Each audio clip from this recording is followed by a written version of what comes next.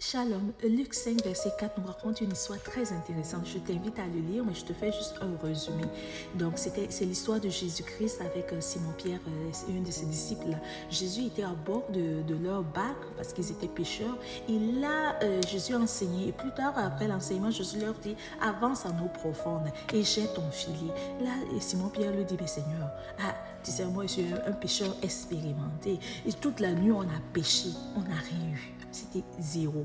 Mais parce que toi, tu as dit de le faire, sur ta parole, on le fera. Donc, ils sont allés, effectivement, comme Jésus l'a dit, ils ont jeté leur filet et paf, voilà, ils ramassent tellement de poissons que leur filet a commencé à déchirer.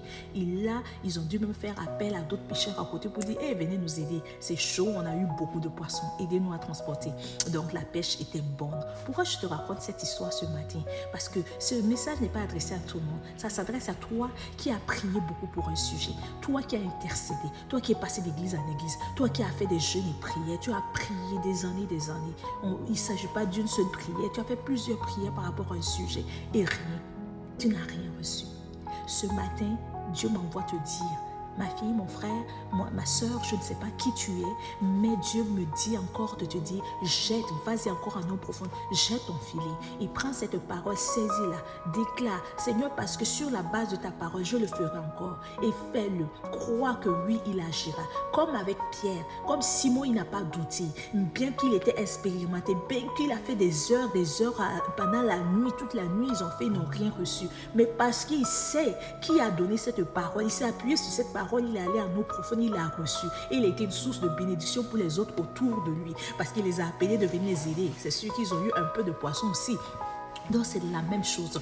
Autant tu pries pour ce sujet-là, ce sujet pour lequel tu pries, vas-y encore en eau profonde. Prends encore du temps dans la présence de Dieu. Prie encore pour ce sujet. Continue d'espérer.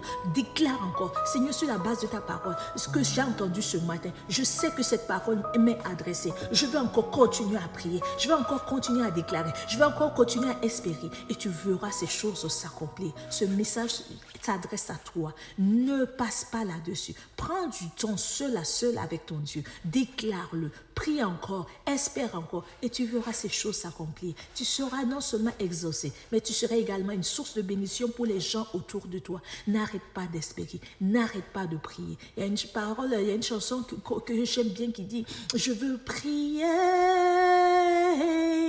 toujours prier. »